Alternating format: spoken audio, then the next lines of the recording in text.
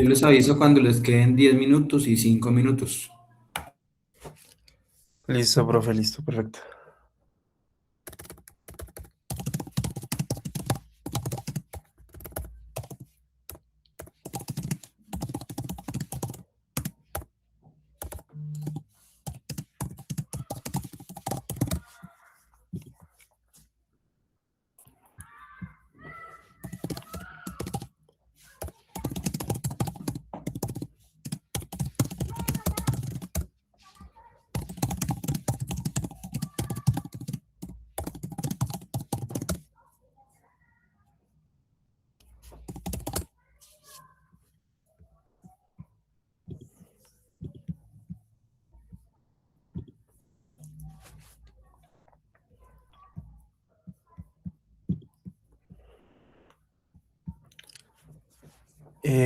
Listo. Buenas tardes, muchachos. A nuestro grupo le correspondió la etapa de muestreo en la modulación por código de pulsos o por su abreviatura PCM. Nuestro grupo se compone de José Julián Pira y, y Camilo. Entonces, pues pasar a la siguiente diapositiva.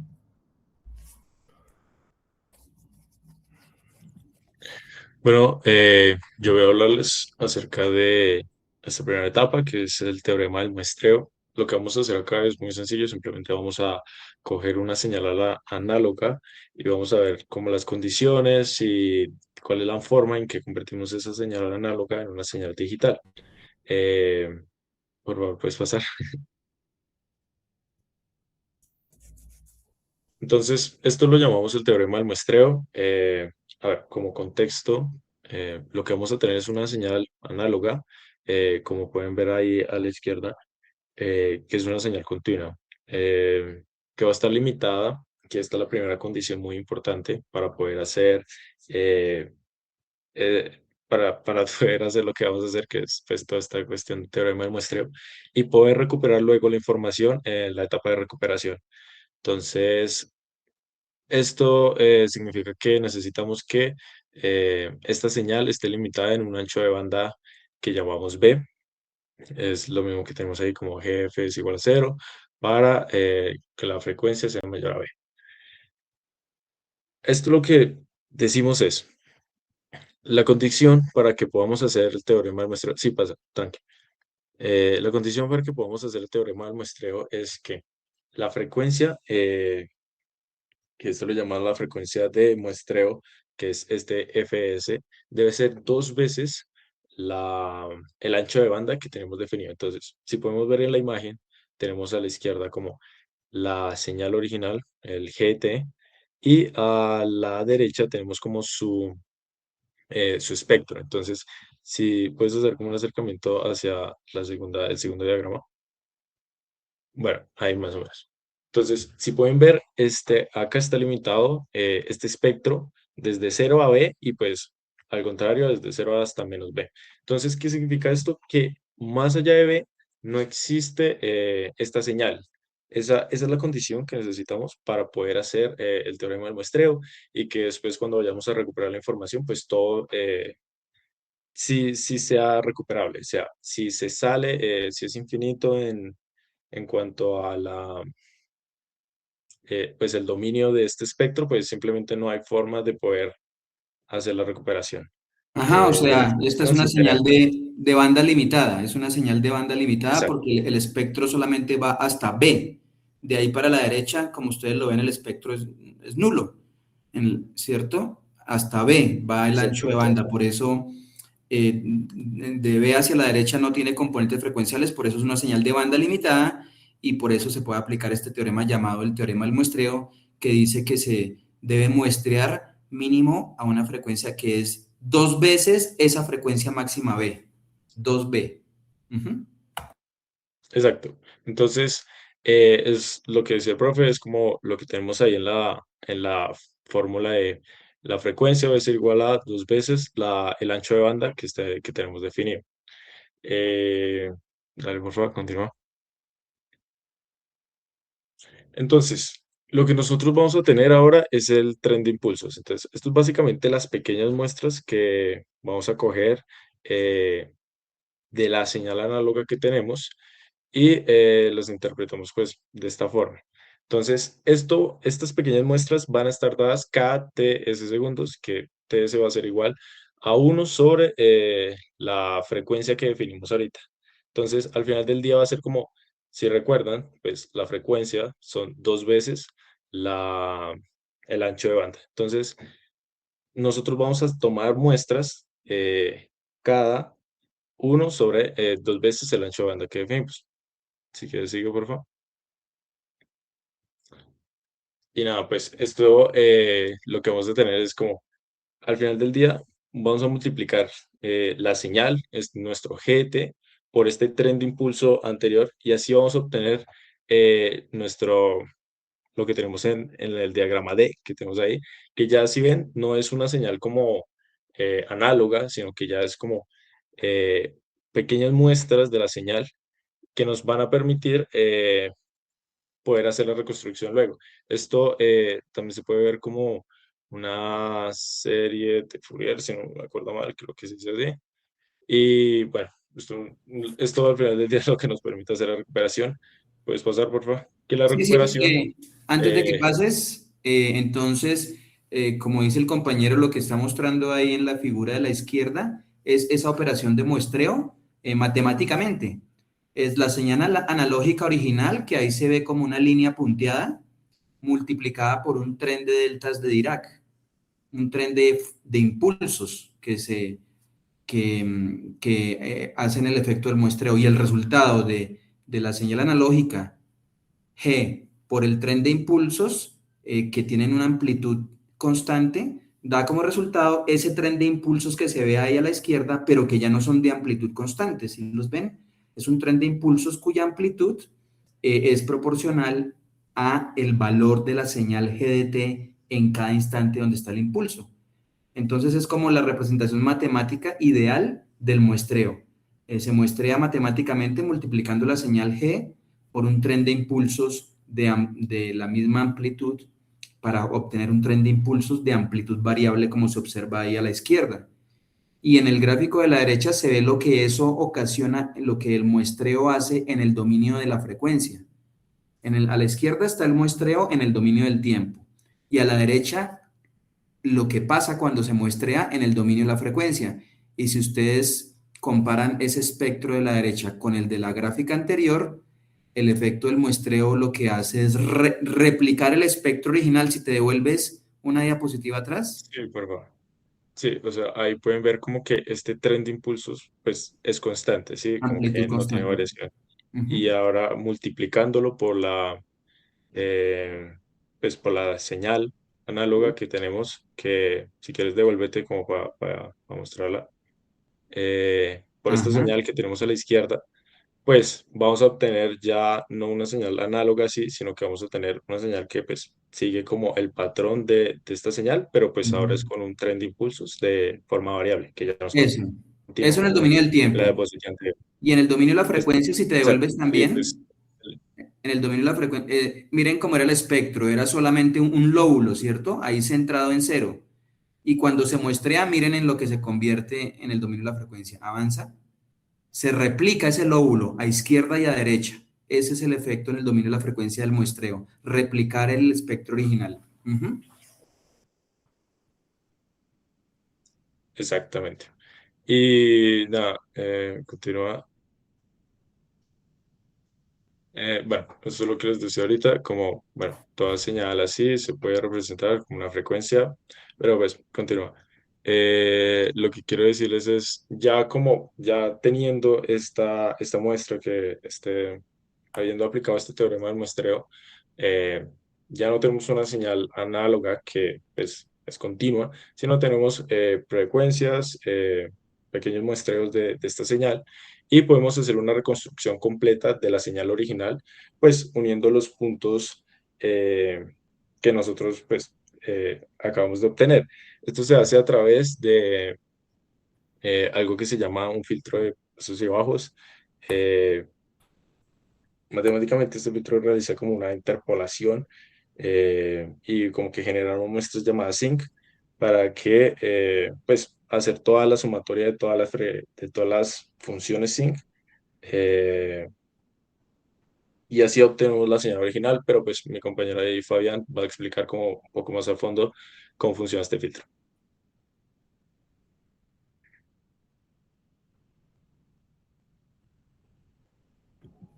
Ahí puedes pasar a la siguiente, Brian, por favor. Listo, ahora el tema que nos compete es este del aliasing. Como para explicarlo de forma breve, se puede decir que el aliasing es el disfraz que adoptan las frecuencias altas cuando no se miden lo suficientemente rápido. Ahora, para entrar más a fondo, se dice que el aliasing es un fenómeno que ocurre durante el proceso de digitalización de una señal analógica. Cuando la frecuencia de muestreo utilizada es insuficiente para representar correctamente la señal. En muchos de los sistemas modernos, como pueden ser el audio digital, las telecomunicaciones o los sistemas de medición, las señales analógicas deben convertirse a formato digital. Este proceso se realiza mediante el muestreo, que consiste en tomar varios valores de la señal en intervalos regulares de tiempo, como se observa en la imagen. Sin embargo, la frecuencia con la que se toman estas muestras es demasiado baja. Entonces, las componentes de alta frecuencia presentes en la señal no se pueden representar correctamente, pero en lugar de desaparecer, estas frecuencias se interpretan como frecuencias más bajas de lo que ya son y generan una representación incorrecta de la señal original. Em, Siguiente. Digamos, acá lo podemos ver más o menos en cómo se ve representado como en algo real, como pueden ver a la, digamos, ya que nos paramos en la imagen de la chica, a la izquierda se ve como porciones cortaditas o como que no se termina de completar como viene siendo la imagen. Y luego a la derecha observamos como la chica ya tiene como mejor reconstruido, bueno, mejor construido lo que viene siendo su cabello. Lo mismo se puede representar en la imagen de la derecha, en donde podemos ver la línea y el círculo. Cuando sufre este fenómeno de aliasing, vemos que tiene como bastantes cortes en lo que viene siendo la representación, pero al colocársele un filtro anti-aliasing, lo que sucede es que se torna un poquito más suave lo que viene siendo esa onda. Siguiente, por favor. Listo. Entonces, ahora, ¿por qué se produce el aliasing? Y es que este fenómeno se produce cuando la frecuencia de muestreo es menor al doble de la frecuencia máxima presente en la señal. Cuando esto ocurre, las frecuencias altas no pueden distinguirse correctamente en el proceso de muestreo y lo que sucede ahí es que se pliegan dentro del espectro de frecuencias más bajas. Entonces, este fenómeno se conoce generalmente como plegamiento de frecuencias o frequency folding. Entonces, como resultado, el sistema digital interpreta incorrectamente la información de la señal, generando componentes de frecuencia falsas que distorsionan la señal en general. Este problema es particularmente importante en sistemas de procesamiento de señales, ya que el aliasing no puede eliminarse después de que la señal ha sido muestrada. Esto es bastante importante. Una vez que la información se pierde o se distorsiona durante el muestreo, pues no va a ser posible recuperar la señal original. Em, ¿Puedes pasar a la siguiente, por favor? Listo, entonces acá podemos ver un ejemplo ya con datos. Entonces vamos a considerar este ejemplo sencillo. Podemos suponer que en una señal se muestra con una frecuencia de 8 kilohertz. Entonces tenemos el límite de Nix en 4 kilohertz. Entonces este límite se basa según la teoría del muestreo. em, y si la señal contiene una componente de 6 kHz, esta frecuencia se encuentra por encima del límite de Nix. Como resultado, el sistema no puede representar correctamente la señal y la interpreta como una frecuencia diferente. En este caso, el sistema lo que hará es detectar una frecuencia aparente de 2 kHz, ahí como podemos ver el cálculo de la frecuencia aparente en la imagen de abajo. lo cual corresponde al fenómeno de plegamiento de frecuencias y esto produce una representación incorrecta. Ahí puedes pasar a la siguiente. Listo, entonces ahí como nos comentaba Julián, ya entramos más a fondo y vemos lo que viene siendo un filtro anti-aliasing. Entonces para evitar que ocurra el aliasing en los sistemas de digitalización se usan esta clase de filtros. Entonces, ¿qué es un filtro anti-aliasing? Es un filtro pasabajas analógico que se coloca antes del proceso de conversación de una señal analógica a digital y pues su función principal es eliminar las componentes de frecuencias que superen el límite que puede representarse correctamente durante el muestreo. En términos prácticos, este filtro atenúa o elimina todas las frecuencias que se encuentren por encima de f de la función f sub s sobre 2. De esta forma se evita que las frecuencias altas produzcan el fenómeno de plegamiento espectral y generen pues este fenómeno de aliasing. En un sistema típico de adquisición de señales, la cadena de procesamiento es la que observamos ahí en la imagen y el uso del filtro anti-aliasing garantiza que la señal llegue al convertidor analógico digital. eh, Analiza que esta señal contenga únicamente las frecuencias que pueden representarse correctamente.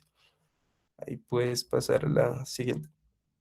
Listo, ahora vamos a ver la relación que tiene todo esto con el teorema de Knight-Shannon, y es que el uso de filtros anti-aliasing está directamente relacionado con este teorema, el cual establece que una señal puede reconstruirse completamente a partir de sus muestras si la frecuencia de muestreo cumple con la condición que vemos en la imagen. F sub S viene siendo la frecuencia de muestreo, F sub max es la frecuencia máxima presente en la señal. Esto significa que la frecuencia de muestreo debe ser al menos el doble de la frecuencia más alta de la señal para poder reconstruirla sin la pérdida de información. Si esta condición no se llega a cumplir, pues es donde aparece este fenómeno de aliasing, lo que va a provocar una representación incorrecta de la señal. Puedes pasar a la siguiente. Ahora vamos a ver los métodos para evitar el... Discúlpame, si quieres devuélvete un momentico al anterior.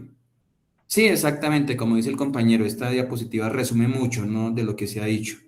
En esta primera parte de PCM llamada muestreo, lo clave es el teorema del muestreo que dice que para reconstruir una señal analógica a partir de sus muestras, porque eso es lo que queremos, ¿no? Tener una señal, partiendo de una señal analógica, muestrearla para esas muestras guardarlas y trabajarlas en un computador, o sea, digitalizar la señal, ¿cierto? Porque siendo analógica, pues no se puede trabajar en un computador. Entonces, tomamos muestras de ella en ciertos instantes de tiempo y ahí sí ya las podemos guardar en el computador, pero que esas muestras permitan posteriormente reconstruir la señal analógica sin pérdida de información. Y eso se logra cuando obedecemos el teorema del muestreo, cuando la frecuencia con que tomamos muestras es mayor que el doble del componente frecuencial más alto de la señal original analógica. La frecuencia F sub S es la frecuencia de muestreo, el sub S de samplet de muestreo. F sub S debe ser mayor que 2 veces la frecuencia máxima de la señal analógica original. Si se da la igualdad, o sea, cuando F sub S es exactamente igual a 2 veces la frecuencia máxima, eso es lo que se llama la tasa de Nyquist, la frecuencia de Nyquist, pero debe ser mayor, debe ser mayor. Para que no pase lo que el compañero dijo, para que no suceda el efecto de aliasing. Porque si te devuelves a donde se ve cómo se replica el espectro original a izquierda y derecha cuando se muestrea, si te devuelves ahorita la gráfica que vimos, más atrás,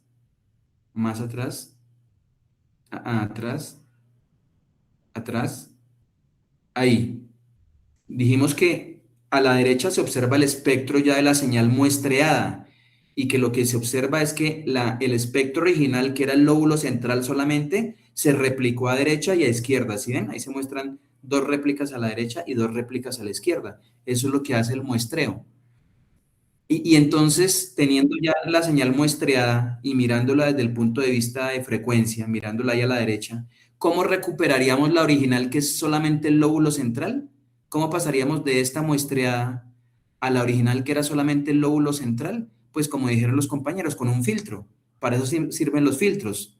Un filtro pasabajas. Ahí de hecho está el filtro pasabajas señalado. Miren, dice Low Pass Filter. ¿Sí ven? Es ese cuadradito que permitiría solamente pasar. Exacto, si agrandas ahí dice Low Pass Filter, permitiría solamente pasar ese lóbulo central que era el de la señal original y eliminaría los lóbulos, los dos lóbulos a izquierda y a derecha. Y con eso, ese Low Pass Filter permitiría recuperar la señal original, porque está permitiendo recuperar solo el lóbulo central, que era el de la señal original. ¿Sí? Y esto sucede así y queda bien porque se muestreó obedeciendo el teorema del muestreo. Pero si no se obedece el teorema del muestreo, lo que pasa es que se da el fenómeno llamado aliasing, que como lo dijo el compañero, no permite recuperar bien la señal original. ¿Por qué? Porque si no muestreo a la frecuencia que indica el teorema del muestreo, esas réplicas espectrales, esos lóbulos a izquierda y a derecha, se sobreponen con el del centro, se superponen con el original, ¿sí? Están superpuestos con el original, que es el del centro. Los de la derecha y la izquierda se superponen con el del centro. Y entonces, ya superpuestos, pues deforman el del centro. Y así aplique un filtro pasabajas como el que está ahí, pues lo que voy a recuperar es ese lóbulo central, pero deformado, porque está superpuesto con los de los lados. Y por eso no, eso se llama aliasing, esa superposición de las réplicas espectrales, y no puedo recuperar el espectro original, o sea, no puedo recuperar la señal original. Ujú, eso era. Sí, exacto, exacto. Listo. Ahora, listo esa diapositiva. Ahora pues ya vamos a ver cuáles son los principales métodos pues para evitar este fenómeno del aliasing. Y es que existen dos métodos principales durante el proceso de digitalización de una señal. El primero es el uso de filtros anti-aliasing. Realmente es el método más utilizado y consiste en aplicar un filtro pasabajas analógico antes del muestreo. Este filtro lo que hace es eliminar las frecuencias que superan el límite de Nyquist, evitando que éstas se reflejen en el espectro de frecuencias bajas. Y luego tenemos lo que viene siendo el segundo método, el cual es aumento de la frecuencia de muestreo o pues sobre muestreo, el cual consiste en utilizar frecuencias de muestreo más altas, y esto lo que va a hacer es ampliar el rango de frecuencias que pueden representarse correctamente y reduce el riesgo de aliasing. Ahí como para ponerlo en un ejemplo, no sé, podemos imaginar el audio digital estándar que se utiliza en una frecuencia de muestreo, generalmente es de 44.1 kHz, lo que permite capturar frecuencias de hasta 22.05 kHz, cubriendo así el rango audible del oído humano. En aplicaciones profesionales de audio se utilizan frecuencias aún mayores como 96 kHz o 192 kHz con el objetivo de mejorar la fidelidad de la señal y reducir aún más lo que viene siendo la posibilidad de aliasing. Eso sería.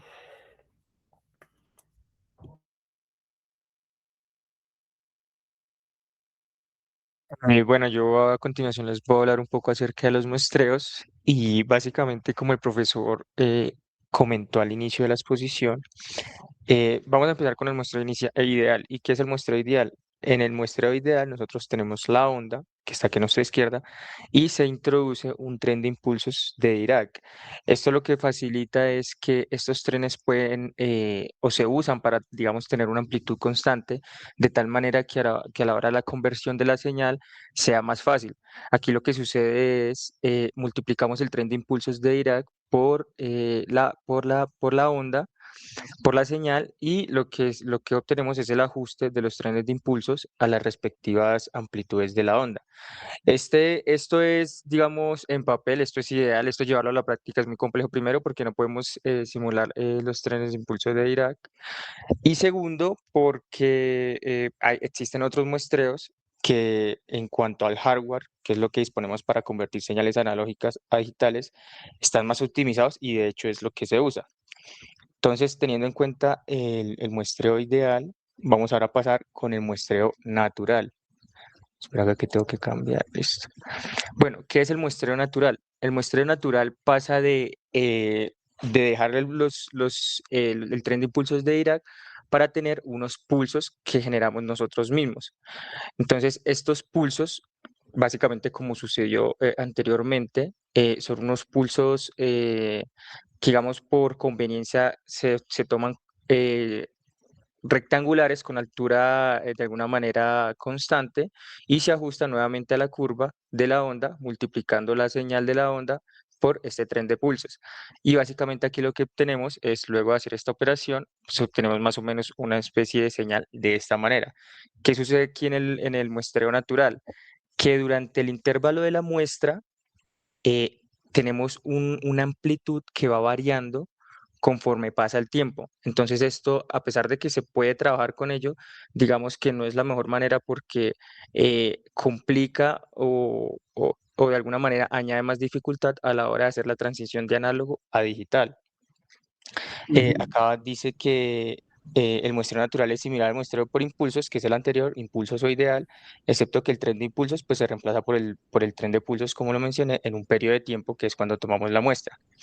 Este es un muestreo que se usa, pero ahora vamos a pasar a uno que es el que vamos a usar en el ejemplo del código y es uno de los, pues el más usado porque es el más práctico, que es el muestreo de tope plano. Aquí lo que se hace es con el tren de impulsos que tengo, lo que voy a hacer es ajustar la amplitud, o sea, durante mi muestra, ajusto la amplitud de la señal a un valor constante, que es, de ahí viene el nombre del tope plano.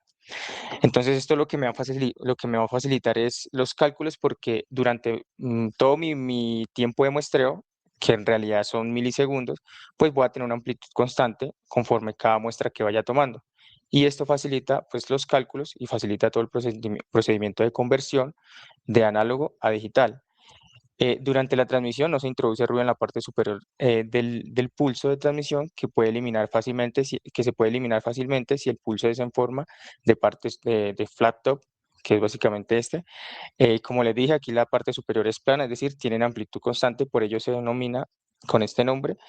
Y pues básicamente aquí en este tipo de muestreo utilizamos un circuito que se llama Sampler and Holder, que básicamente lo que hace es, durante mi muestra, carga un capacitor. Una vez el capacitor cargado, se mantiene la información o se congela el tiempo en este intervalo, por decir así, la amplitud, y con eso es que yo tomo la muestra.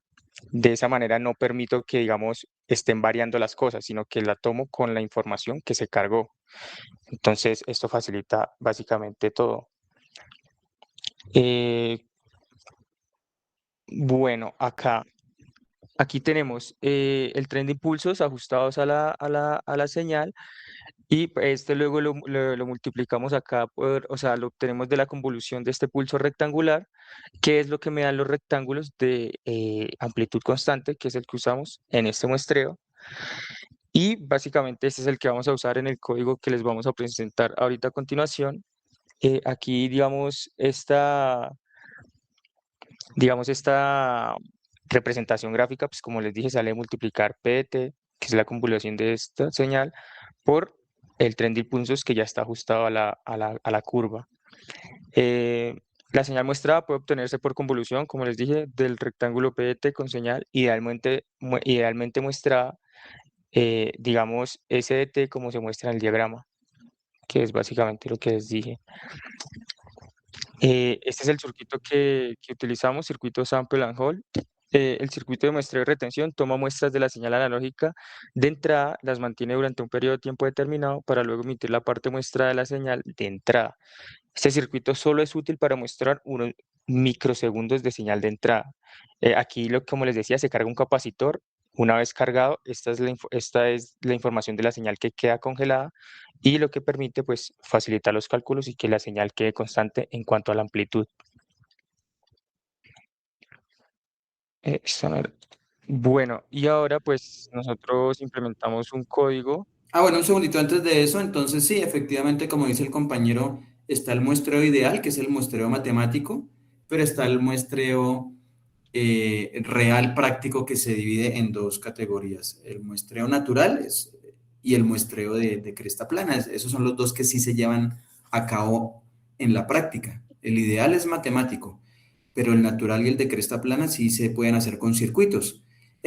Como dijo el compañero, la diferencia entre el natural y el de cresta plana es justamente pues que el natural, pues, como ustedes ven en la figura de la derecha, los pulsos rectangulares tienen una cresta que varía de acuerdo a la forma de la onda analógica original, ¿cierto? La cresta de los pulsos ahí a la derecha varía, no tiene un valor constante, sino que varía como varía la señal analógica original que está a la izquierda. Mientras que en el muestreo de cresta plana, pues miren ustedes ahí a la derecha, los pulsos rectangulares, la amplitud, no, la cresta no varía, el valor es constante. El valor es constante y ese valor es el que tenía la señal analógica original en ese instante donde está el pulso. Entonces, muestreo natural, crestas que no son planas y muestreo de cresta plana, pues crestas que son planas. Y estos dos, como mostró el compañero, sí se pueden realizar con circuitos. eh, ah, un segundo, voy a compartir el código. Tengo que cambiar acá. Mm,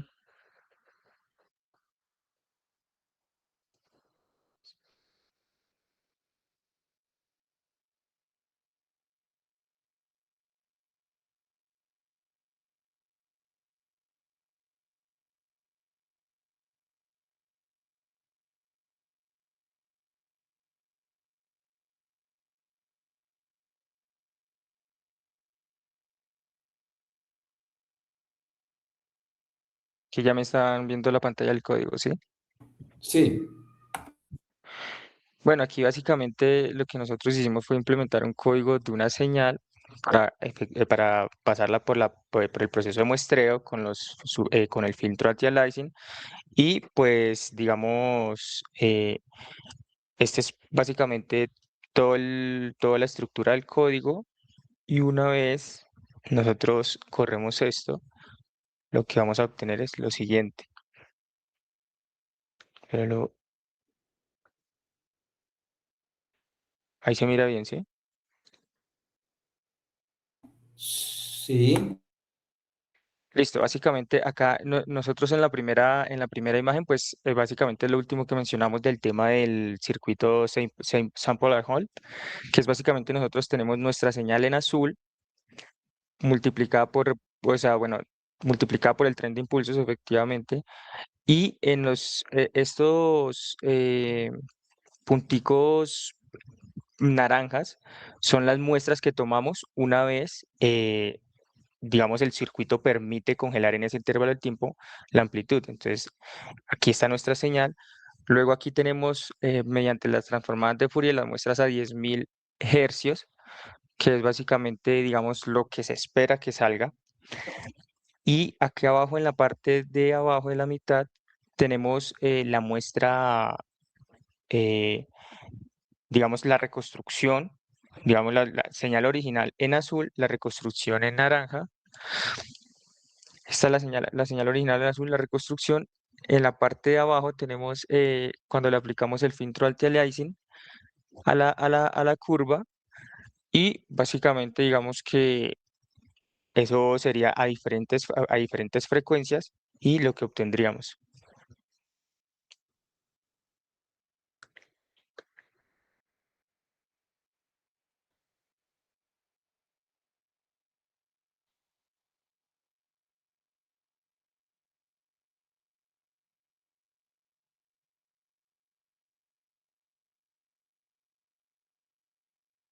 Si quieres explica un poco más el código porque lo pasaste muy rápido, así a grandes rasgos los bloques, ¿no? Sí. Agrandando un poco la letra, agrandando eso.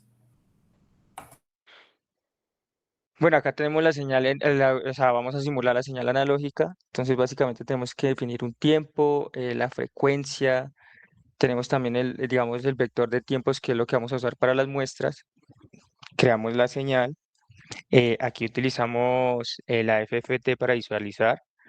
Entonces tenemos acá plot FFT que recibe una señal, que recibe la frecuencia de muestreo, que recibe, digamos, los ejes.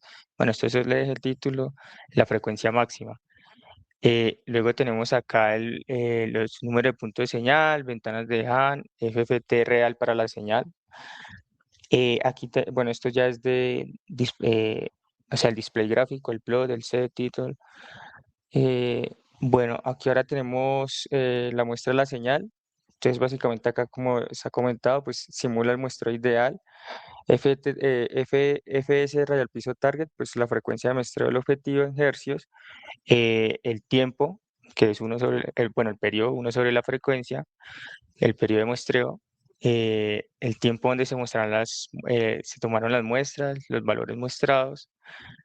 eh, bueno, aquí está el periodo, número de muestras por cada tiempo.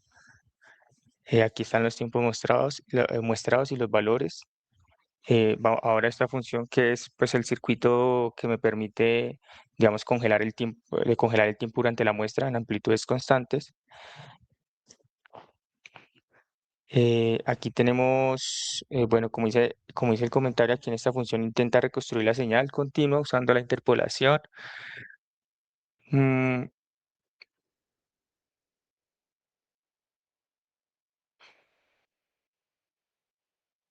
Aquí tenemos el filtro anti-aliasing antes de la muestra o de muestrar. Aquí configuramos las tasas de muestreo. Entonces, por ejemplo, tenemos que, eh, pues como el principio de Niski, que para que, digamos, si es mayor o bueno, buena se considera mayor de 6600 Hz, mala menor que 6600, peor incluso 1600. Mm, Aquí tomamos las muestras.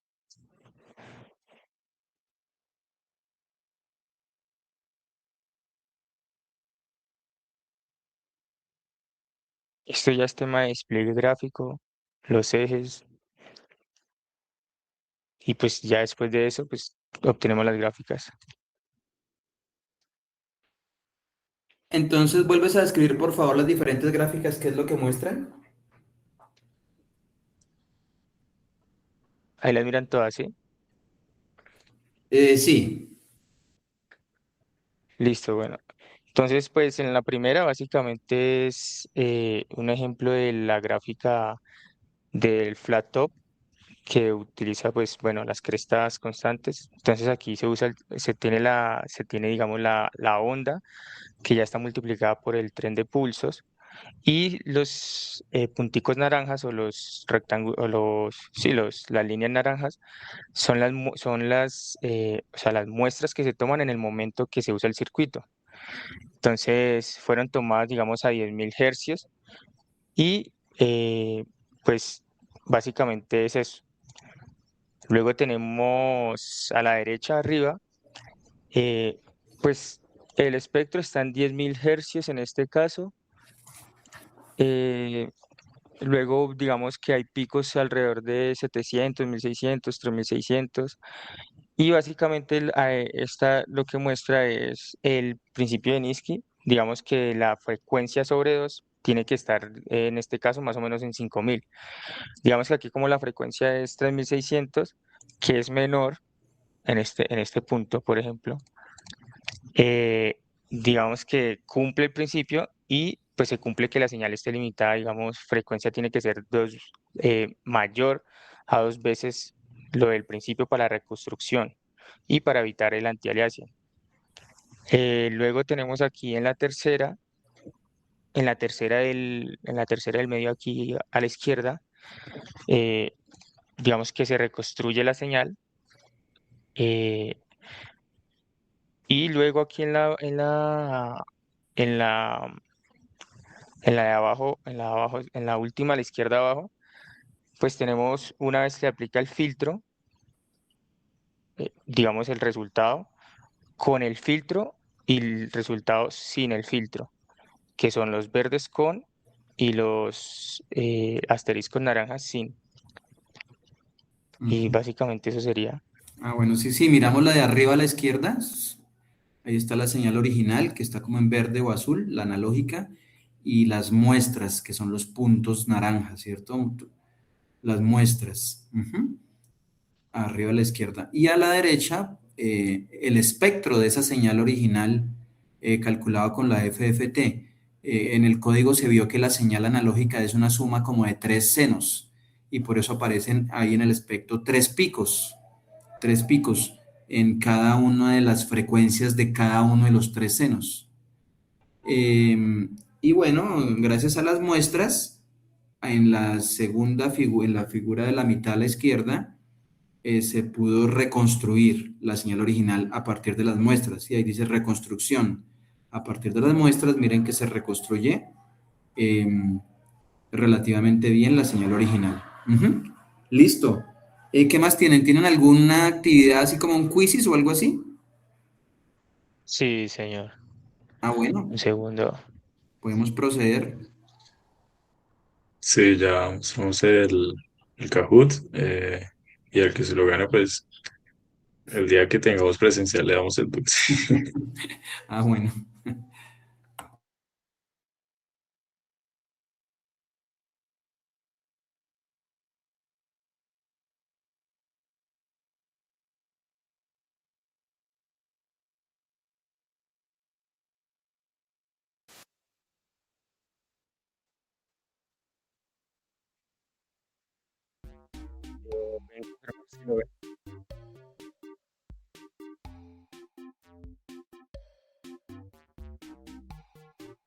Está el pin ya en pantalla, 369,61 para que por favor ingresen.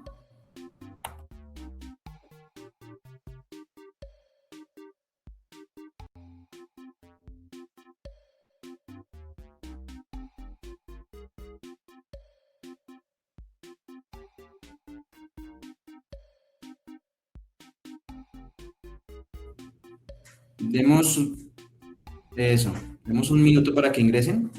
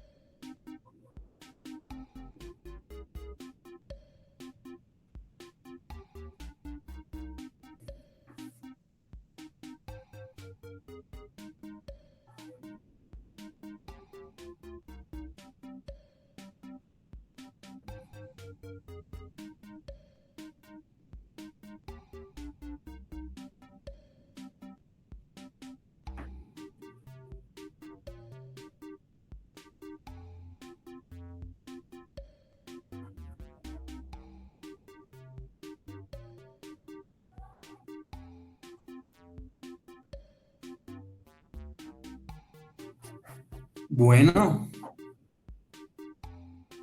¿alguien más va a entrar?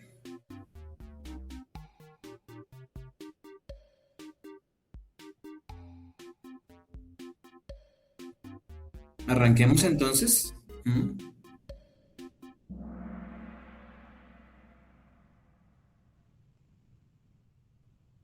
PCM es ahí, ¿no? No PCD, sino PCM. Sí, sí, sí, fue ¿Qué condición mínima debe cumplir la frecuencia de muestreo para reconstruir una señal de Hertz? ¿Cuántas preguntas son? 10 preguntas. Ujú.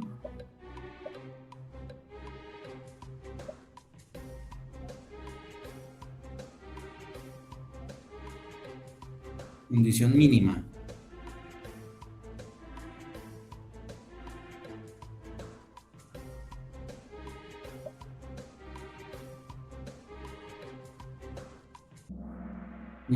La tasa de muestreo debe ser mayor a 2b.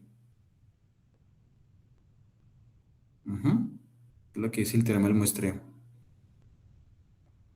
¿Cómo se define el intervalo de Nyquist de su S? El intervalo entre muestras.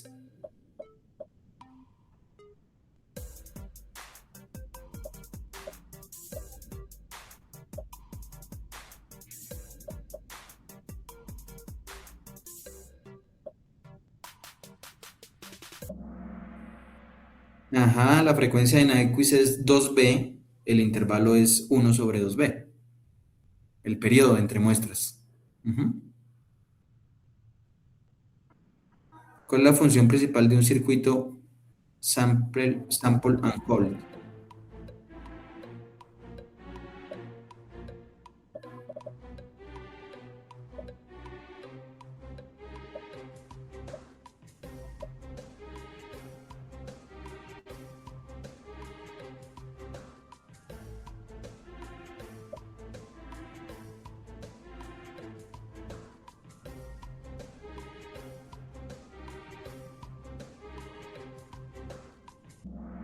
Tomar una muestra y mantenerla constante por un tiempo. Es el que usa el muestreo de cresta plana. Es el circuito usado por el muestreo de cresta plana. El jitter, variación del instante de muestreo, suele causar más problemas cuando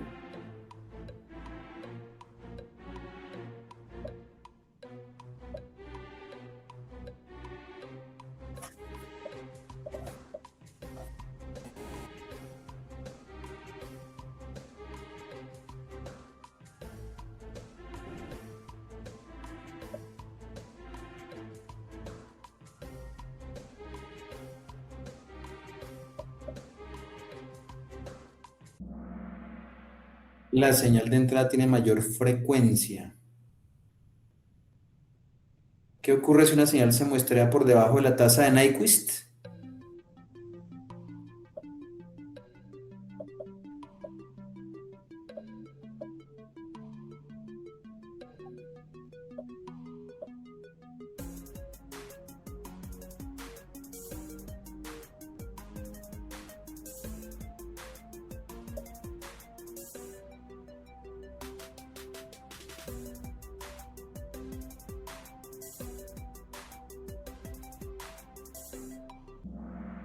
Sí, lo que dijimos, ocurre un solape, un traslape espectral llamado aliasing. Solapamiento y no se puede recuperar el espectro original o la señal original.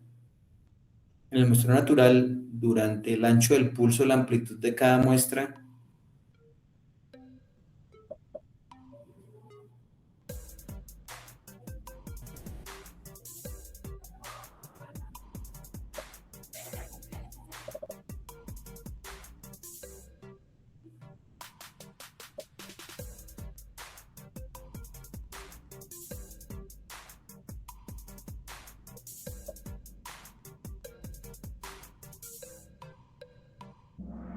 varía con la señal en el muestreo natural, ¿cierto? Las crestas de los pulsos no son horizontales. Una señal delimitada en banda, ¿qué significa BBB?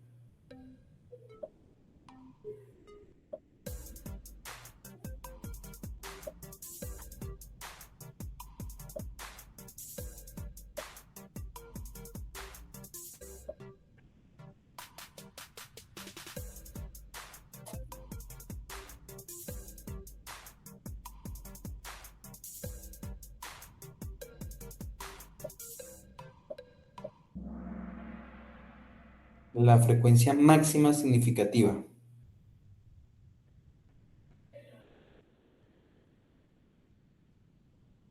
Si el periodo de muestreo es T sub S, la frecuencia de muestreo es...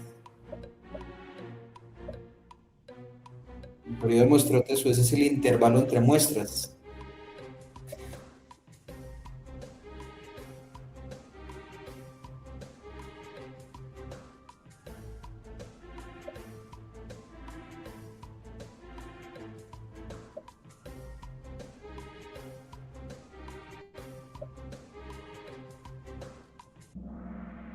Uno sobre T sub S, ajá. Hay una relación inversa entre frecuencia y periodo.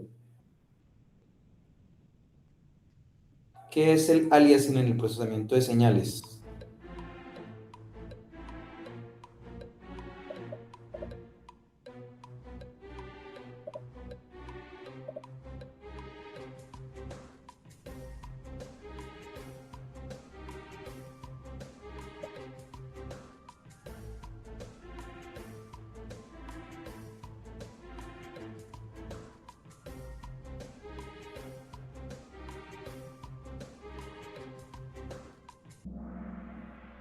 Frecuencias altas aparecen por muestreo insuficiente.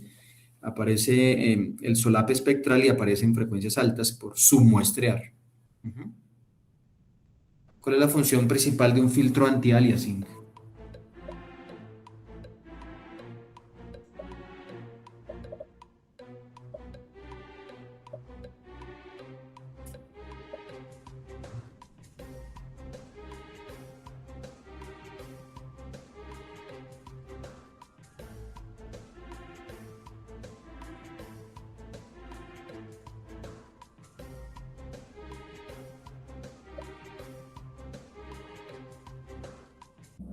Sí, eliminar frecuencias por encima de la de 2B, que es la de Nyquist, antes del muestreo, para tratar de satisfacer el teorema del muestreo.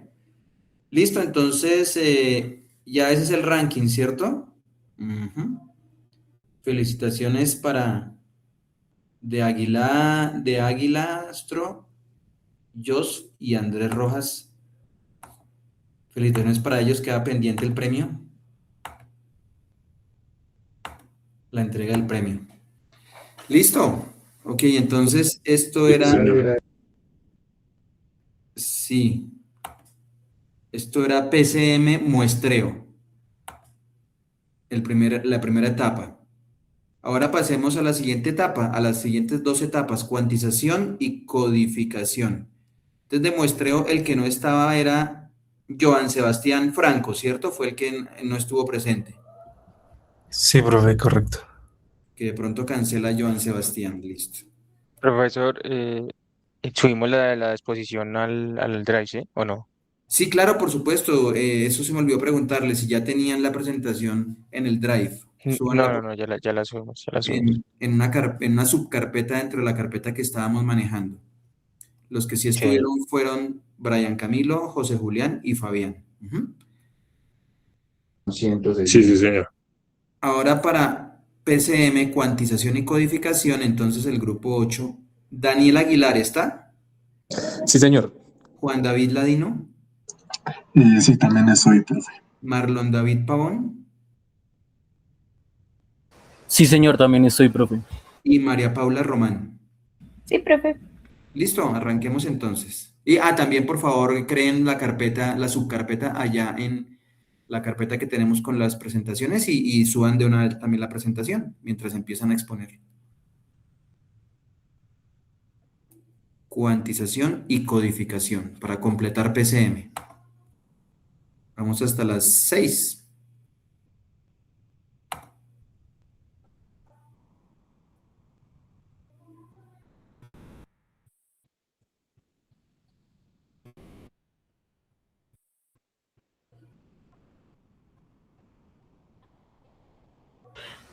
Buenos días, compañeros. Nosotros vamos a continuar con el tema de PSM. Yo soy Marlon David Pavón Muñoz y puedes cambiar la diapositiva, Juan. La siguiente.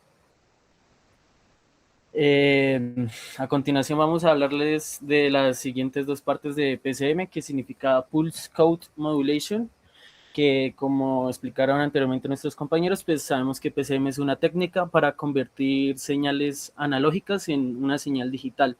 Pues esto no ocurre en un solo paso, sino en 3 etapas consecutivas. Tenemos muestreo, cuantización y codificación. Muestreo, pues ya le explicaron anteriormente nuestros compañeros. Después de haber realizado la etapa de muestreo, se pasa a la etapa de cuantización, que aproxima cada muestra a un conjunto finito de niveles permitidos. Aquí la señal ya no es continua en amplitud, sino que es discreta en el eje vertical. Después de realizar la cuantización, pasamos al nivel de codificación, que una vez que la muestra ya fue aproximada a un nivel cuantizado, este nivel se representa mediante bits. Estos bits finalmente se transmitan como una señal digital. ¿Puede pasar a la siguiente diapositiva, por favor? Como tenemos aquí en estas dos gráficas, en la gráfica abajo, que es una gráfica senoidal, pues voy a explicar cómo se organiza matemáticamente la cuantización. La señal de entrada ocupa un rango de amplitud entre menos P y va hasta más P. Entonces, aquí la variable MP, que es lo que representa, es el valor del pico máximo de la señal. Entonces, se puede decir que la señal tiene un rango total de amplitud de 2 MP. Como podemos ver, ese rango total se divide en L zonas uniformes, que son las líneas horizontales que tenemos en la gráfica abajo. Esta letra L representa el número total de niveles o las zonas de cuantización disponibles. Estas zonas son uniformes, todas tienen el mismo tamaño y a este paso lo llamamos paso de cuantización y se representa por delta. Como vemos ahí en la fórmula, delta es equivalente a 2 MP entre L, que es dividir el rango total de la amplitud entre el número de zonas. Después de hacer esto en PCM binario, tenemos que el número de niveles está relacionado con el número de bits por muestra. Esto quiere decir que L es igual a 2 a la n, porque podemos formar n bits exactamente con 2 a la n combinaciones de binarios diferentes. Y si despejamos esa n, tenemos que n es equivalente a logaritmo en base 2 de L. En la gráfica de arriba tenemos la gráfica de los intervalos de entrada. Ahí se representa que el rango de valores analógicos se caen dentro de ciertas zonas. Como podemos ver, el rango está ubicado en medio de cada intervalo. En la muestra analógica, el sistema ya no conserva el valor exacto, sino que lo que hace mirar es en qué zona cae y reemplazarla por el nivel representativo de esa zona. Por lo general, el nivel representativo de esa zona se encuentra en la mitad de cada intervalo, sino, pues, o sea, ya es un valor aproximado, sino que se encuentra en la mitad de cada intervalo. Puede continuar la siguiente diapositiva. Luego de haber explicado cómo funciona la cuantización, pues voy a explicarles este ejemplo concreto. En esta diapositiva tenemos una señal con un rango de entrada desde menos 4 voltios hasta 4 voltios. Esto quiere decir que el valor del pico máximo de amplitud es 4 voltios y que al cuantizarlo a niveles nos da que L es igual a 8 niveles. Luego vamos a aplicar la fórmula del paso de cuantización, donde tenemos que delta es igual a 2 MP entre L, y al reemplazar por los valores nos da que delta es igual a un voltio. Esto quiere decir que la zona de cuantización tiene un ancho de exactamente 1 voltio. Entonces, por eso podemos ver que los niveles están ubicados en los puntos medios de cada zona. Entonces, van aumentando de 1 voltio en 1 voltio, de menos 3,5, menos 2,5 y así sucesivamente hasta 3,5 voltios. Como les dije anteriormente, aquí no son los valores, no se toman los valores arbitrarios, sino que salen de tomar el centro de cada intervalo. Entonces, digamos, por ejemplo, si tenemos una muestra que equivale a menos 2,4 voltios, está acá entre el intervalo de menos 3 voltios y menos 2 voltios. Entonces, la mitad de este intervalo, pues, equivale a menos 2,5 voltios. ¿Puede pasar a la siguiente diapositiva, por favor?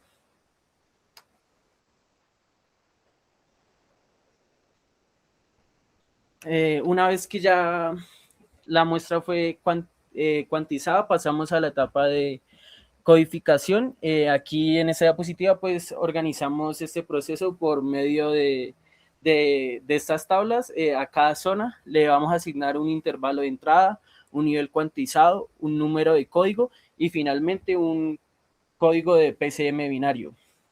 Con este ejemplo, pues como ya les había dicho anteriormente, se tiene 8 niveles.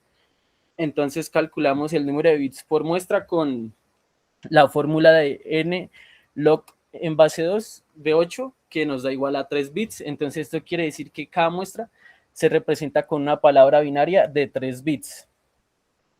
El procedimiento de codificación es muy simple, se le asigna un número decimal de código a cada nivel. Vamos, como son 8 niveles, pues va de 0 hasta 7. Y pues ahí en la tabla pues se mira bien como qué nivel se le asigna a cada uno y qué código. Esto nos quiere decir pues que el PCM al final no transmite el voltaje real, ni el nivel cuantizado, sino que lo que transmite es una palabra binaria que está asociada a cada nivel, que se le asignó pues a cada amplitud analógica. ¿Puede pasar a la siguiente diapositiva, por favor? Ahorita pues como toda transmisión tiene... pero antes de eso, por favor, te devuelves un par de diapositivas. Eso. Ese gráfico de la izquierda es súper importante porque ahí se está resumiendo PCM completamente con sus 3 etapas: muestreo, cuantización y codificación. Están ahí las 3 resumidas, que como ustedes ven permiten pasar de una señal analógica, que es la que se observa ahí, MDT, a una digital, que son los unos y ceros que están en la última línea de abajo, en la línea de más abajo. ¿Sí ven? Se pasa de MDT, señal analógica, a un tren de unos y ceros. Eso es lo que hace PCM, conversión analógica a digital. Y lo hizo, como lo explicó el compañero, a través de las 3 etapas: muestreo, cuantización y codificación, que todas están ahí ilustradas en esta gráfica. El muestreo está indicado por las líneas verticales punteadas. Las líneas verticales punteadas están indicando el instante donde se toman las muestras y seguramente están obedeciendo el teorema del muestreo. Entonces, por ejemplo, miremos la primera línea vertical punteada. Es la primera muestra. Ahí se ve que el valor real de la muestra es menos 0.25, como lo dice ahí abajo de la gráfica. Samples value, menos 0.25. Ese es el valor real de la muestra, pero luego viene el proceso de cuantización, que la mapea de menos 0.25 a menos 0.5. ¿Por qué? Por lo que explicó el compañero. La cuantización es coger el rango de amplitudes, que en este caso va desde menos 4 voltios hasta 4 voltios, como ustedes lo pueden ver ahí, y dividirlo en franjas. En este caso se dividió en franjas de 1 voltio, de menos 4 a menos 3, de menos 3 a menos 2, de menos 2 a menos 1, de menos 1 a 0, de 0 a 1, de 1 a 2, de 2 a 3 y de 3 a 4. Franjas que esa altura de la franja se llama delta. Y los niveles de cuantización que están indicados ahí en esa columna a la izquierda, los niveles de cuantización son los puntos medios de las franjas, como dijo el compañero: 3.5 voltios, 2.5, 1.5, 0.5, menos 1.5, etcétera. Son 8 niveles de cuantización que se enumeran, como se ve en la columna de más a la izquierda, desde 0 para menos 2.5 hasta 7 para 3.5. Tengo 8 niveles de cuantización. Tengo un código numérico desde 0 hasta 7, con su equivalente también decimal: 000 para el 0 y 111 para el 7, ¿cierto? Entonces, miren ahora sí la primera muestra, la primera línea punteada vertical. El valor muestreado real es menos 0.25, pero se mapea a un valor cuantizado, al más cercano, al de la franja donde cayó la muestra real. Esa franja es la que está entre menos 1 y 0. Y el el nivel de cuantización ahí es menos 0.5, por eso se mapea y se pasa del valor muestreado menos 0.25, el real, al valor cuantizado, que es menos 0.5, como lo indica ahí abajo la línea de texto. Al menos 0.5 le corresponde el código numérico 3, que en código binario es 011. Listo. Y así, luego se hace lo mismo con la siguiente muestra: valor muestreado 3.5, se mapea al valor cuantizado más cercano, que es 3.5, al que le corresponde el código numérico 7, y que en binario es 111, y así sucesivamente. Y lo que se transmite por el canal es el tren de unos y ceros, que está allá abajo. Entonces en esta gráfica está resumido todo PCM. Listo. Vale, profe, muchas gracias por la aclaración. Entonces, como ya sabemos, toda cuantización pues introduce un error y ese error se le conoce como ruido de cuantización. ¿Puedes cambiar la diapositiva, por favor? Epa. Entonces, la forma de medir qué tan buena es esta representación por PCM es mediante la señal de ruido o que también se le conoce como sus siglas SNR, que esta sale de comparar la potencia de la señal útil con la potencia del ruido introducido por la cuantización. Entonces, para una señal sin senoidal de amplitud A,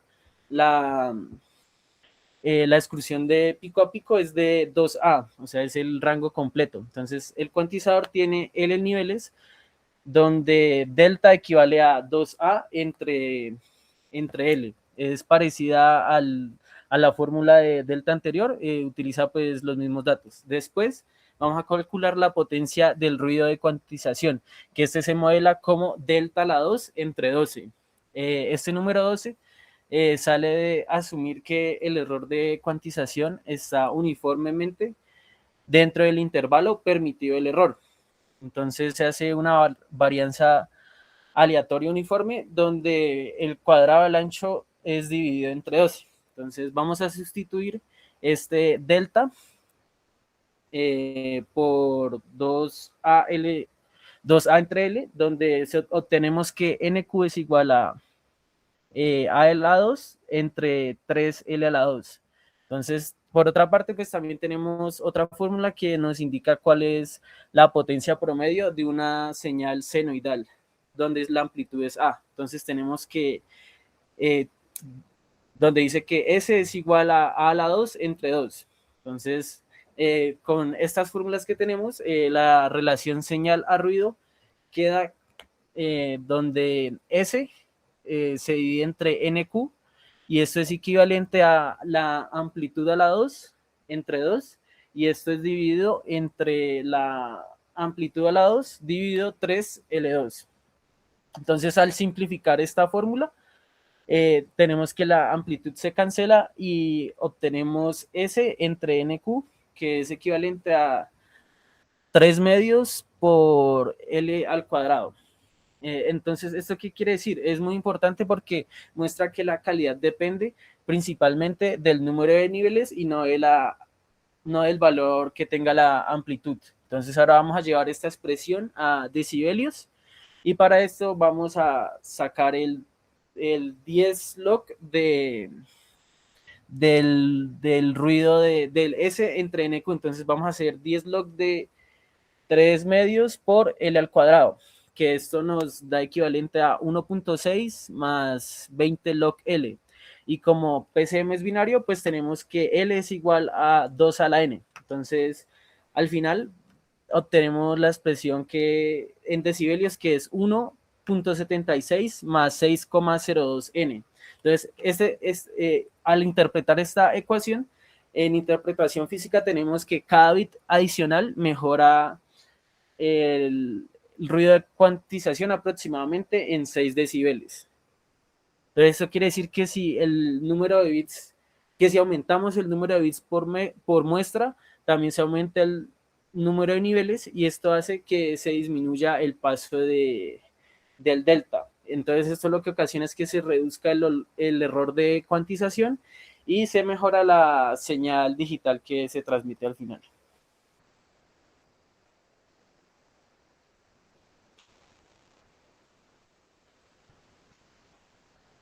Ok, entonces ahora yo les voy a explicar lo siguiente.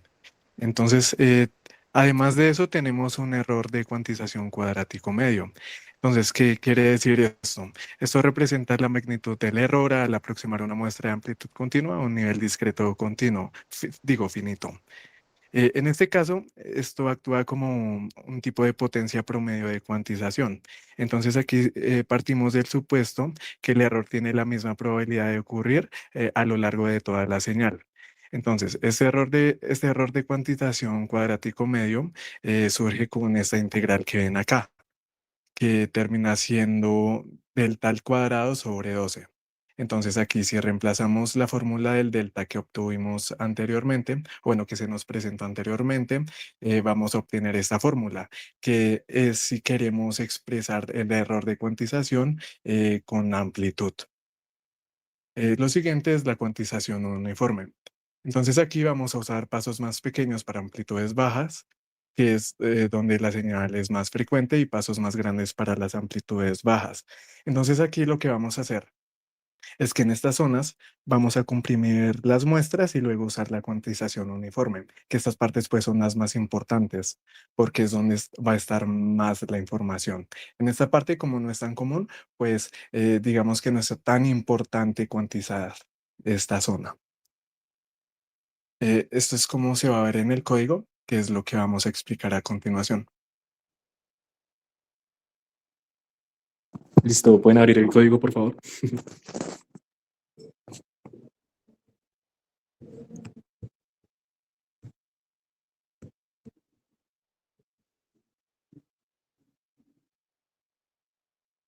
O sea, pero yo no lo puedo compartir. Sí, ya lo comparto.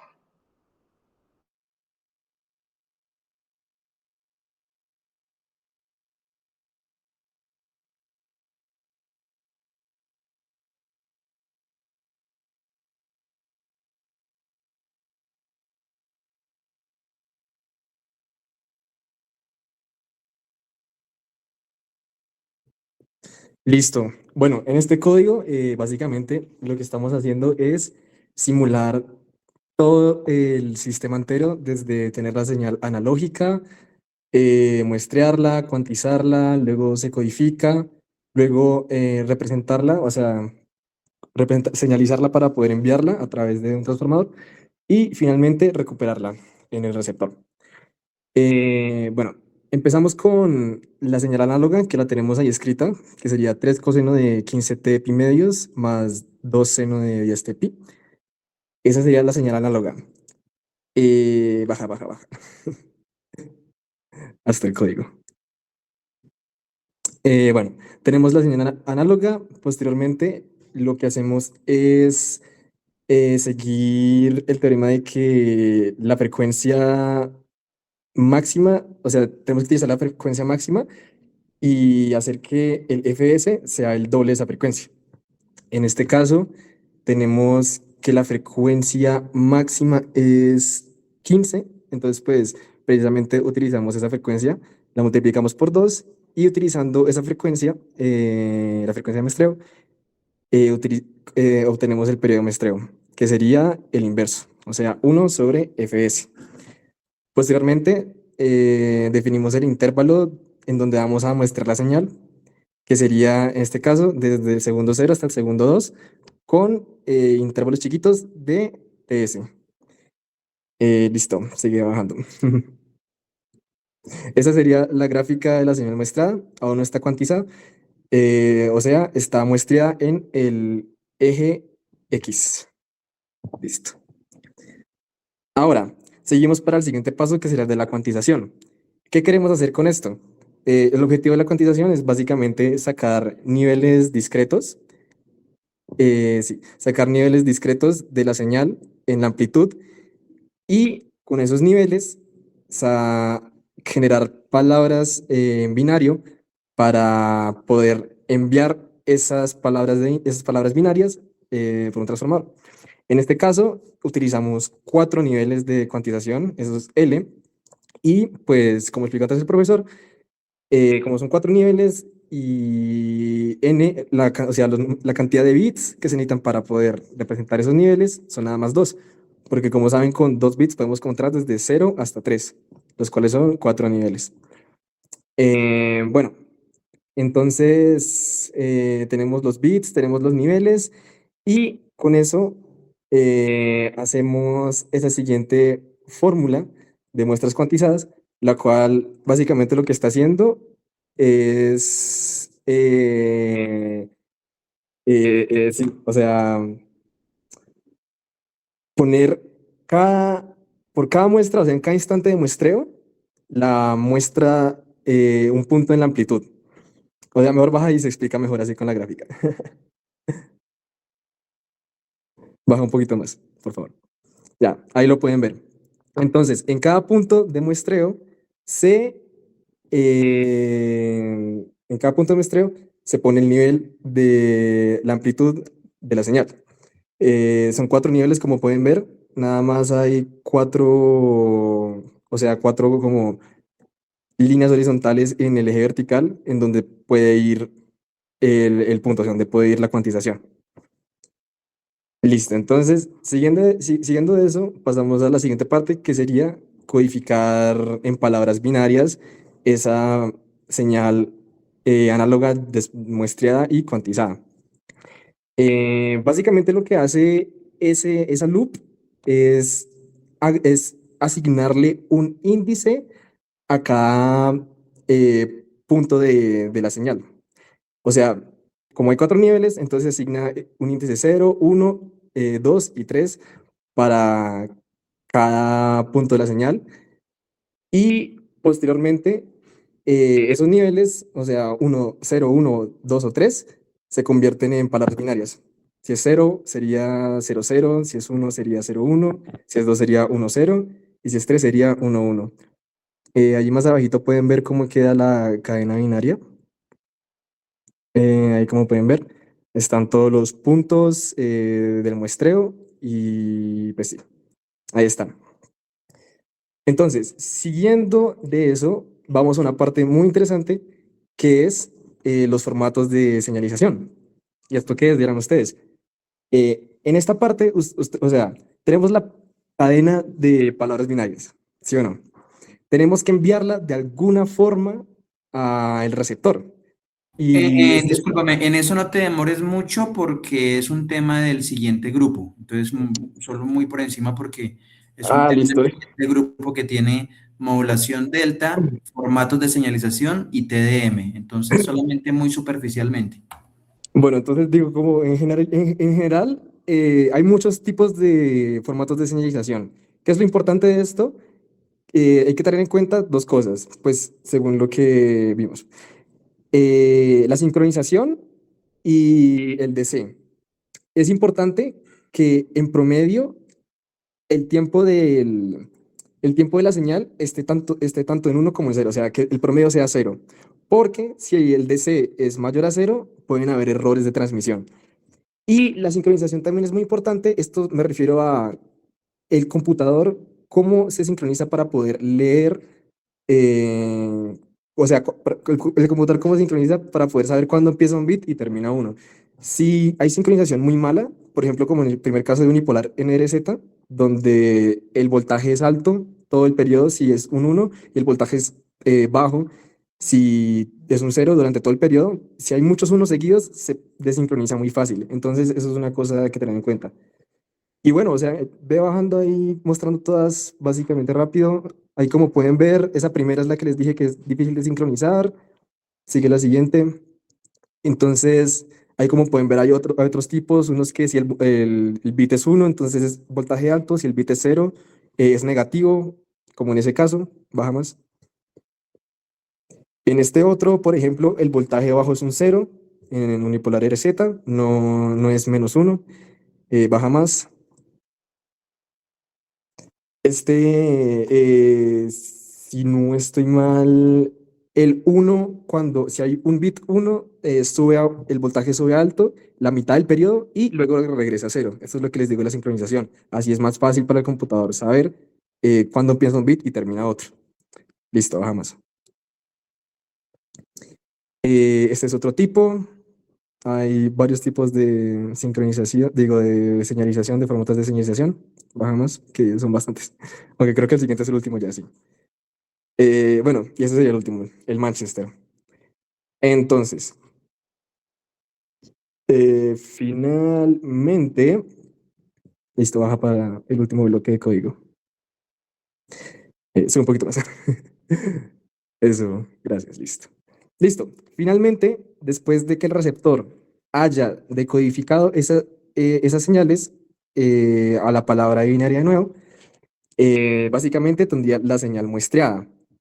Pero para poder recuperar la señal original, lo que vamos a usar es la fórmula que teníamos al principio, que si no estoy mal se llama de Niski-Shannon. Eh, entonces, baja un poquito más que estás mostrando otra parte del código. Así, arriba. Ahí listo. Entonces usamos esa fórmula. Ahí la parte que está comentada es porque ya hay una fórmula de NumPy que es la sync, pero ahí está arriba, la descomentada es la fórmula extendida, básicamente. Entonces, luego de hacer la suma de todas las señales sinusoidales, em, se supone que recuperaríamos la señal original. Baja un poquito. Ahí como pueden ver sería la señal recuperada. Como ven, no es una señal muestreada, o sea, no se ven los picos, las líneas rectas que va entre cada paso del muestreo, sino que es una señal continua y pues bonita. Y al final muestra. Y al final ahí podemos ver la comparación entre la señal muestreada que muestreamos al principio del código de la señal análoga y comparada con la señal recuperada, básicamente la que el receptor estaría sí recuperando y es la que escuchará o verá o sí o usará para el fin que necesite el computador de destino. Y ya, eso sería todo el laboratorio. Muchas gracias. Déjame ver las gráficas otra vez, de nuevo, las gráficas que muestras. Todas las que muestras desde arriba. Más arriba hay más, ¿no? Esa es la señal Sí. original. Allá No, muestra. esa es la muestreada, sí, es la muestreada. Luego sigue la cuantizada. Ajá, la cuantizada y muestreada. Ahí está la cuantizada de muestras. Déjame ver la cuantizada de muestreada un momentico. Ahí está la muestreada. Las muestras son digamos, está muestreada porque las muestras están en las líneas verticales rojas, pero ya también esas líneas verticales rojas están cuantizadas. Miren que solamente toman un número finito de posibles amplitudes las líneas rojas, ¿cierto? En este caso son como como 4 amplitudes. Exacto. Son Y, 4 amplitudes. y luego viene la recuperada ya, ¿no? A partir de esas muestras cuantizadas, tratan de recuperar la original, que eso es lo que está más abajo, ¿cierto? Sí, pues o sea, en un escenario real, primero pues se codifica el formato de señalización, se saca la parte de las palabras binarias y con esas palabras binarias se saca el resto. Mm, bajemos. Ahí están los códigos de línea, ajá, y luego sigue la recuperación de la original. Esta es la recuperada y luego abajo comparan la original contra la recuperada, ¿cierto? La muestreada contra la recuperada. Ah, listo. Muestreo, cuantización y codificación. Ujú. ¿De teoría tienen algo más o tienen algún Kahoot o algo falta? Sí, profesor, sí tenemos una parte más de teoría, así que no sé si puedas Listo. presentar las diapositivas de nuevo. Ujú.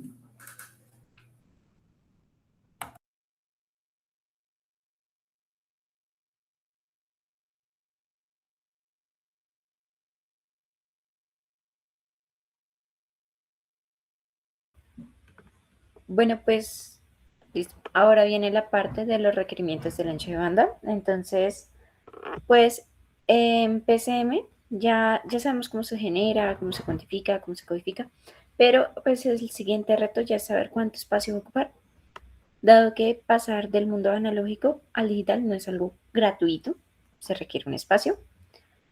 Y pues en este caso, siempre el sistema PCM, el ancho de banda que vamos a necesitar es mayor al de la señal original. Y eso ocurre pues porque estamos convirtiendo una sola onda en miles de pulsos binarios por segundo. Entonces, pues ahorita vamos a ver cómo se relaciona y por qué es directamente proporcional a la calidad de la señal y qué relación tiene. Siguiente, por favor. Bueno, en primer lugar, vamos a hablar de lo que es de pasar de los niveles L de cuantización a bits, que es el n, que es el número de bits por muestra. Entonces, pues ahí está la fórmula. La fórmula dice que el niveles es igual a 2 elevado a número de bits. De ahí, pues podemos sacar el cálculo de los bits, en el cual, pues es el logaritmo 2 de L. Por ejemplo, digamos que tenemos que la señal digitalizada sea fiel al original. Si usamos 256 niveles, cada muestra de la señal se tiene que convertir en una cadena de 8 bits, aplicando la fórmula. Entonces, pues ahí se dan cuenta de que ya no estamos enviando un pulso, sino estamos enviando 8 pulsos en su lugar, por cada muestra que estamos tomando. ¿Y para qué nos sirve eso? Pues, siguiente, por favor. Entonces, pues acá vamos a suponer que la señal original del mensaje tiene un ancho de banda FM. Y lo vamos a relacionar con la frecuencia de muestreo, Fs.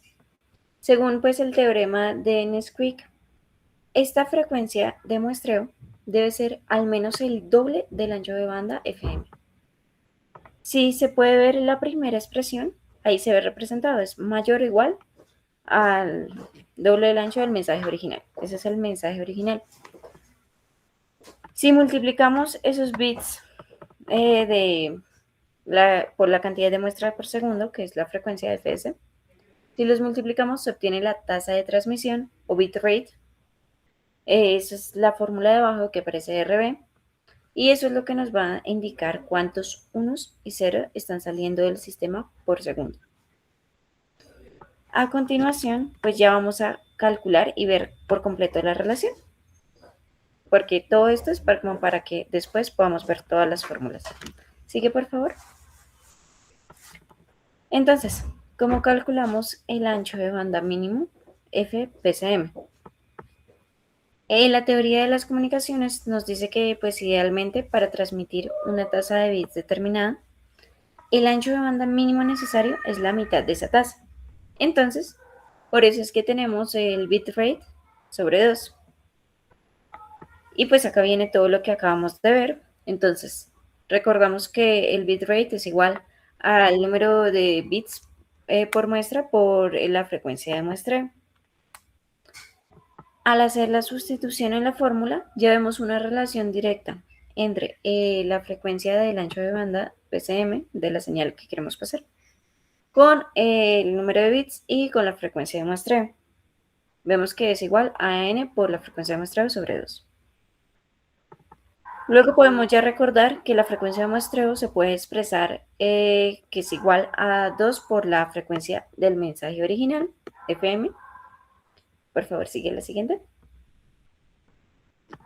Y pues al sustituirlo, se obtiene la expresión, se anulan los dos y el resultante es que el ancho de banda que requerimos para la señal PCM tiene que ser igual, para que sea lo mínimo, mínimo, mínimo, tiene que ser igual al número de bits por la frecuencia de el mensaje original.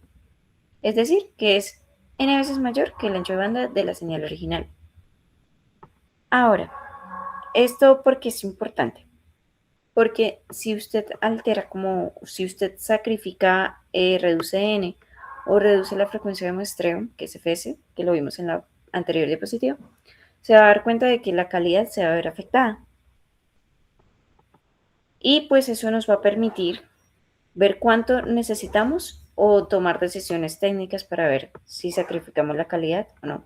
Entonces, PCM siempre implica un compromiso entre lo que es la calidad y el consumo del ancho de banda. Sí, entonces ese es el resultado, ¿no? Que el ancho de banda de una señal PCM es mayor o igual a N por FM, donde FM es el ancho de banda de la señal original, y N es el número de bits que me genera cada muestra. En el caso del ejemplo de la gráfica que vimos hace poco eran 3 bits, ¿no? Porque los niveles de cuantización iban de 0 a 7. Entonces, para el 0, 0, 0, 0, para el 7, 1, 1, 1. Entonces, quiere decir que si se usan más niveles de cuantización, pues se incrementa n y por lo tanto se incrementa el ancho de banda de la señal PCM. O si el ancho de banda de la señal original FM es mayor, pues también se incrementa el ancho de banda de la señal PCM. Listo. Dale. Entonces, por ahora terminamos la presentación. Muchas gracias y pues vamos a pasar a la actividad. Les vamos a compartir lo que es un Kahoot, entonces para que participen. Lo íbamos a hacer presencial, pero pues dadas las circunstancias no se puede. Así que cuando nos veamos hay premio, o no sé si el profe quiera dar puntico de participación a los que ganen, ahí ya depende. Pues como para ser parejo y equitativo con todos los demás Kahoots, sigamos con el premio eh, en, en golosinas. Dale, entonces pues cuando nos veamos de nuevo. ¿Transmites el Kahoot?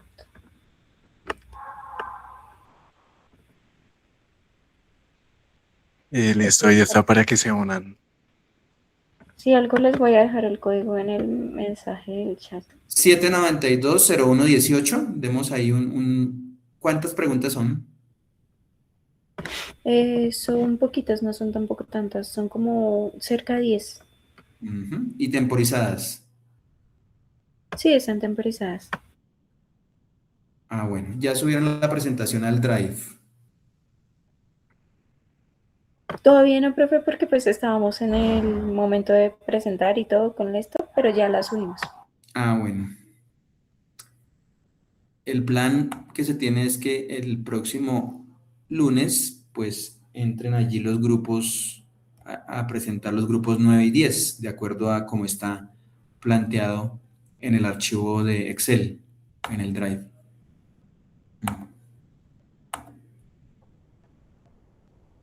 Bueno, a ver, ingresemos, por favor. Hay muy pocos.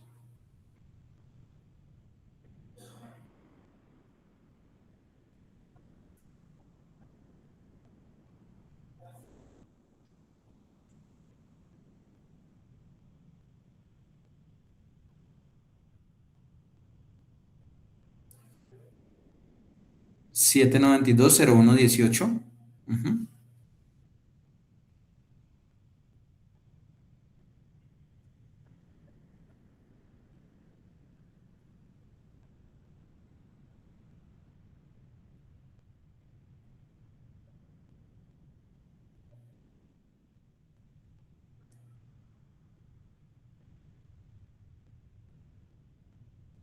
¿Quién más falta? A ver.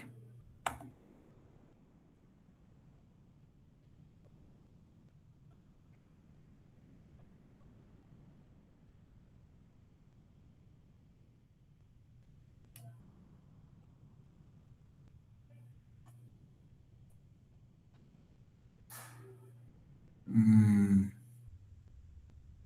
no sé si ya está Erfan Andrés, Jauri Esteban, Julián David, Pablo Esteban, Ricardo Andrés, Santiago.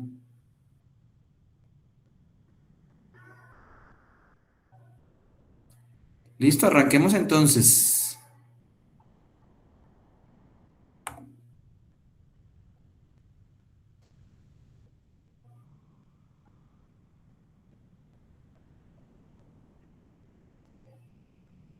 Si el sistema PCM utiliza L niveles de cuantización, ¿cuál es la relación para determinar el número de bits N requeridos?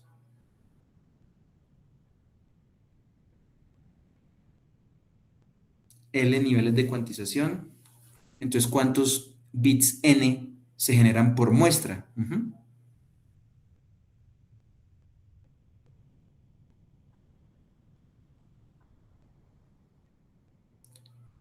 2 a la N. Bueno, ahí la pregunta está un poquito rara, ¿no? Porque estaban preguntando por N, pero la respuesta esta es para L, ¿cierto? La respuesta para N sería logaritmo en base 2 de L. ¿Mm?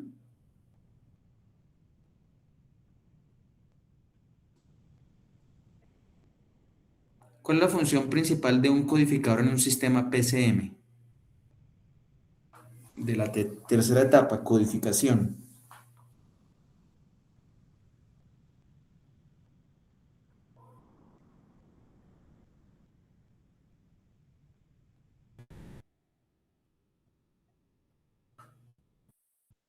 Sí, traducir la muestra cuantizada en un número de código, en un código binario.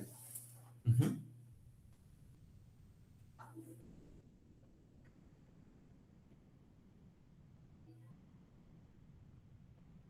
¿Cuál es el rango máximo en el que varía el error de cuantización?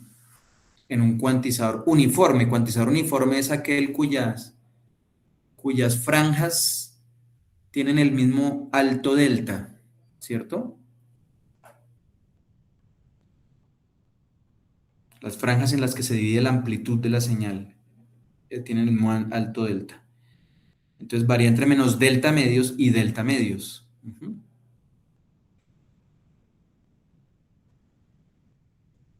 ¿Qué proceso es representar los valores de amplitud de una señal muestreada mediante un conjunto finito de niveles? Como mapear los valores de amplitud de las muestras a un conjunto finito de niveles. ¿Ese mapeo cómo se llama?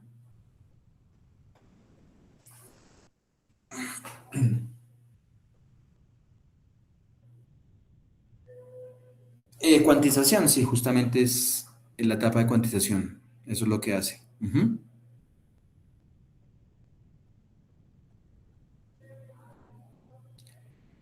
¿Qué representa la variable n en nuestro sistema PCM?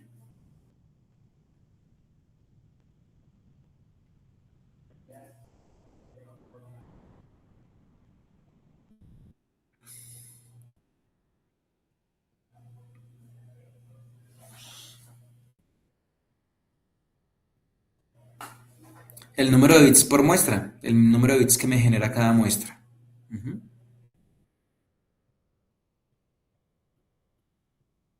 Si un sistema L tiene L igual a 256 niveles de cuantización, ¿cuánto vale n? ¿Cuántos bits me genera cada muestra?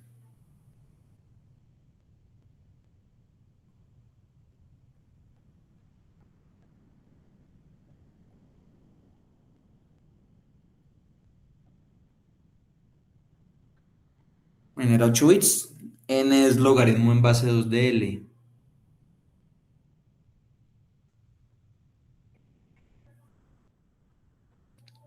Según el teorema de Nyquist, ¿cuál es la tasa de muestreo mínima?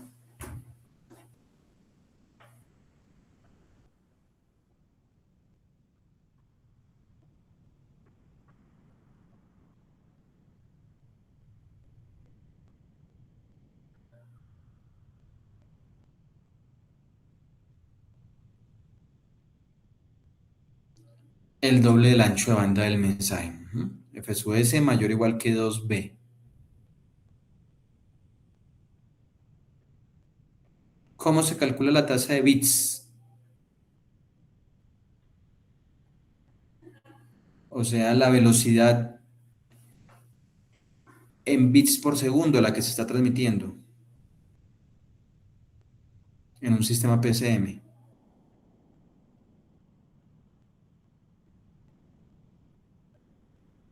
N por F sub S. N tiene unidades de bits por muestra y F sub S muestras por segundo. Bits por muestra multiplicado por muestras por segundo. Queda bits por segundo. La muestra se va con muestra y queda bits por segundo. N por F sub S.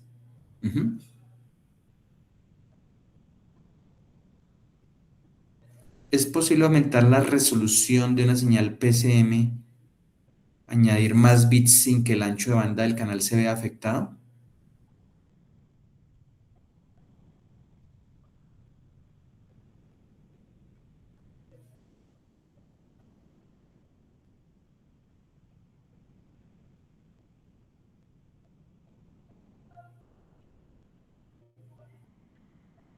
Falso, ¿cierto? Porque dijimos que el ancho de banda depende de n. Si se aumenta n, el número de bits, se aumenta el ancho de banda.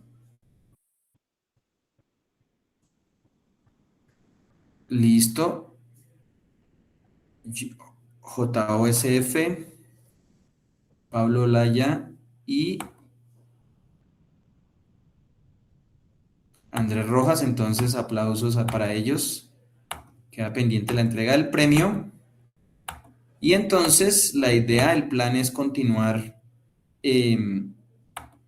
entonces el lunes que viene con las exposiciones de acuerdo a cómo están en el Excel para los grupos 9, que expondrá modulación delta, formatos de señalización ITM, y 10 con conformada de pulsos e interferencia intersímbolos y sistemas con modulación digital de portadora. ¿Listo? Bueno, entonces, por favor, a este último grupo, por favor, recuerden subir la presentación a la subcarpeta en el Drive. Y si no hay preguntas o comentarios, entonces nos veremos el próximo lunes. Bueno, entonces que les rinda y hasta pronto. Muchas gracias, profe. Hasta luego. Bueno, Hasta luego, profe, gracias. Hasta luego. Que estén bien, hasta luego. Hasta luego, profe, gracias. Bueno, que estén bien.